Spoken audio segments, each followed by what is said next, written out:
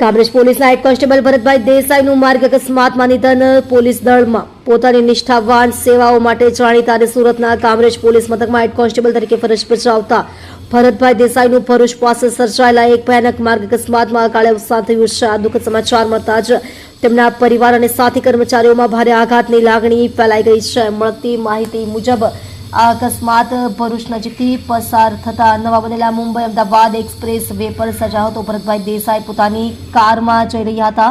તે દરમિયાન કોઈ અગમ્ય કારણોસર વાહન અકસ્માતનો ભોગ બન્યા હતા. અકસ્માત એટલો ગંભીર હતો કે ભરતભાઈનું ઘટના સ્થળે જ કરુણ મોત નીપજ્યું હતું. પોલીસ બેડામાં શોક. ભરતભાઈ દેસાઈ કામરેજ પોલીસ મથકમાં વર્ષોથી સેવા આપી રહ્યા હતા. તેઓ તેમના સરળ સ્વભાવ અને કર્તવ્ય નિષ્ઠા માટે જાણીતા હતા. લાંબા સમયથી કામરેજ પોલીસમાં ફરજ મિલનસાર અને સાથી કર્મચારીઓના માનીતા એક બાહોશ પોલીસ કર્મી ગુમાવતા વિભાગને મોટી ખોટ પડી છે. ભરતભાઈ એક નિષ્ઠાવાન અધિકારી હતા. તેમના અચાનક વિદાયથી અમે એક સારા સાથીદાર અને સમાજે એક રક્ષક ગુમાવ્યો છે. સાથે પોલીસ કર્મી